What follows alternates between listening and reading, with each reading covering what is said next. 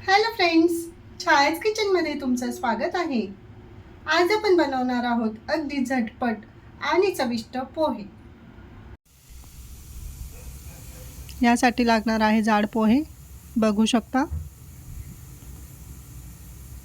अर्धी वाटी तेल घेतलं आहे बटाटे आणि शेंगदाणे फ्राय करायला. उरलेलं तेल आपण फ्राय झाल्यानंतर काढून ठेवणार आहोत.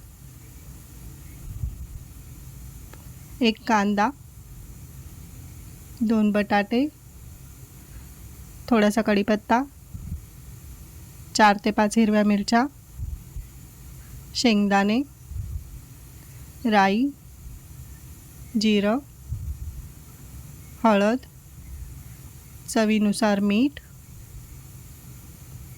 साखर नको असेल तर स्किप करू शकता. पोहे मी आता स्वच्छ धुवून घेणार आहे आणि त्यात पाणी ठेवायचं नाही आहे. बटाटे, कांदे, मिरची, कोथिंबीर आपण कापून घेतलं आहे. बघू शकता.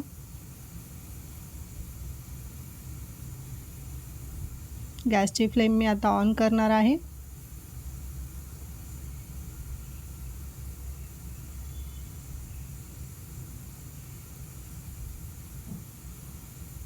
आता कढईमध्ये तेल टाकणार आहे.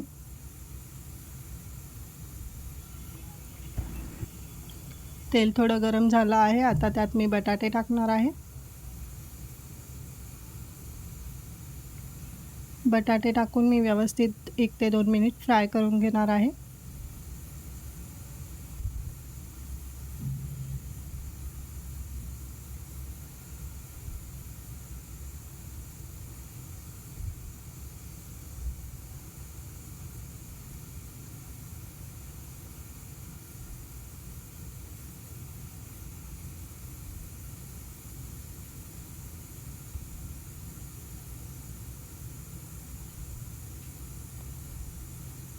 बघू शकता आपले बटाटे व्यवस्थित फ्राय झाले आहे.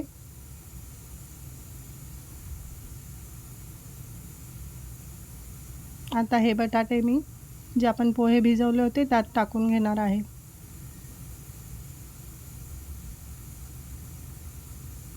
आता या तेलात मी शेंगदाणेही फ्राय करून घेणार आहे. शेंगदाणे लगेच फ्राय होतात. फ्राय केलेले शेंगदाणेही मी जसे बटाटे काढून घेतले पोहेमध्ये त्यातच हे पण काढून घेणार आहे.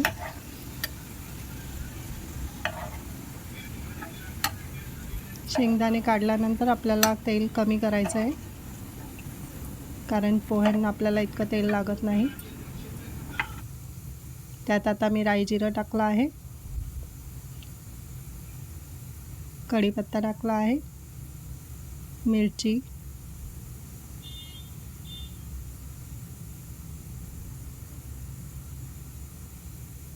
कांदा टाकून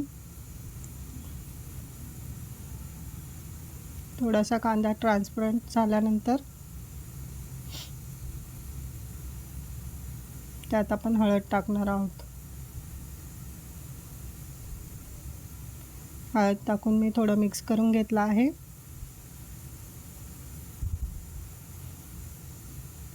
त्यात आता मी जे पोहे, शेंगदाणे आणि बटाटे काढले होते ते सगळे त्यात टाकून मिक्स करून घेणार आहे.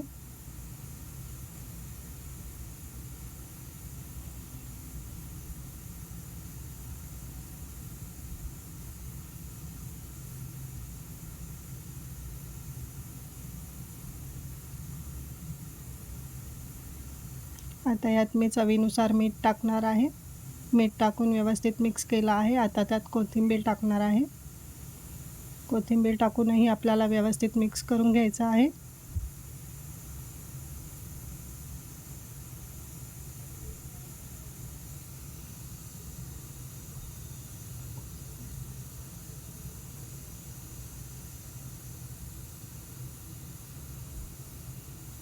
बघू शकता आपले पोहे किती मोकळे आणि फ्लफी दिसत आहे.